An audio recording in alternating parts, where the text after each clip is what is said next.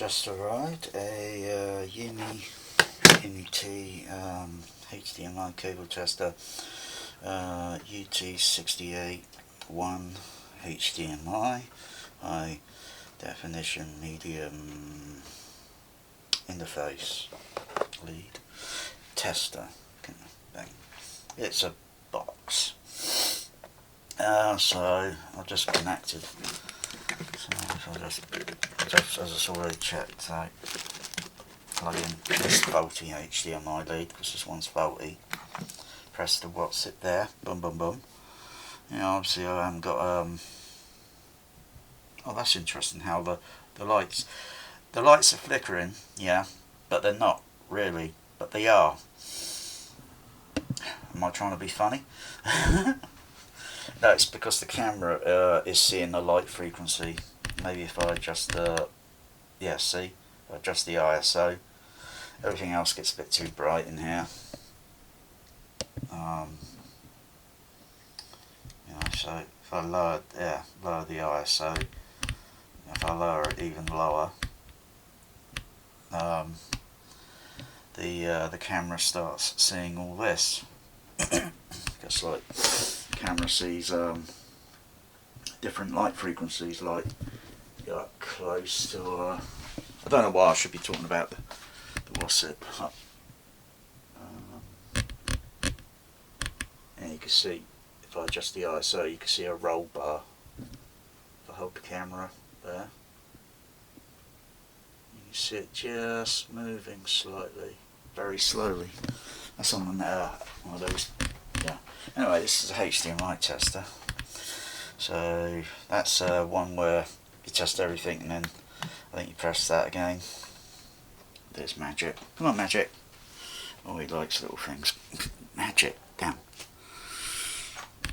Magic. He doesn't. Oh gosh.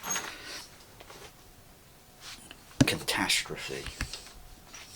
And that just goes through it step by step by step on another sequence. It's like watching paint dry. Yeah. So yeah, it's pretty straightforward, simple. So you just press another one, and yeah, if you haven't got them all illuminated, you've got a break. There's a break in the HDMI cable, and of course, as you know, you can make these leads up yourself. So this is an Amazon. It used to be high speed. That was connecting to my Panasonic oh gosh, 9000 THX 4K player to the Denon flagship. So it's I think that switch, I don't know, I'm just waiting for this to power off, because it's probably got a timer on it. So I'm just looking at the back here, specification. Yeah, it's got an auto shut off within, what? 10 minutes? What the fuck, that's too long. Anyway, I'm going to open it manually and disconnect the battery. 10 minutes, I think that's a little bit too long, really. Yeah, it's got a 9-volt battery in it, so I put a 9-volt battery in it. Yeah, let's just get this out. There we go. I'll just disconnect it, put that back in, and it's okay, ready for, you know, testing it with something else next time. But I'm not waiting for the, you know, if they haven't got a simple on and off switch, and you know, 10 minutes, I'm not waiting 10 minutes, yeah, 10 minutes, blimey. You know, that's drained the battery down by so many bloody, yeah, so many millivolts, 100 millivolts or whatever. Bloody bullshit that. Yeah, it's not bad because it's made by the same. I've got my multimeters. Got 2 of these multimeters. That's not bad. That's not a bad little gadget. and basically it's only checking continuity. Okay, I mean I could have done that with my multimeter.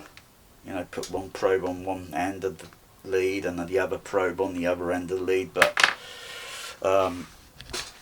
considering you know, the wires, and I know how these things are made now, they're pretty simple.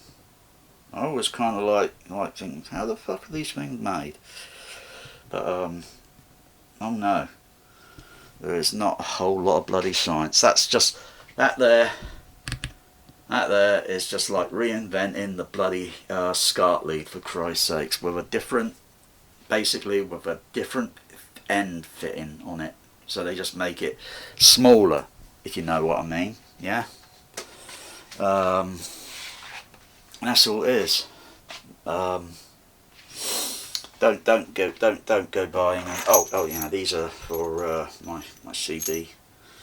These are little patch leads.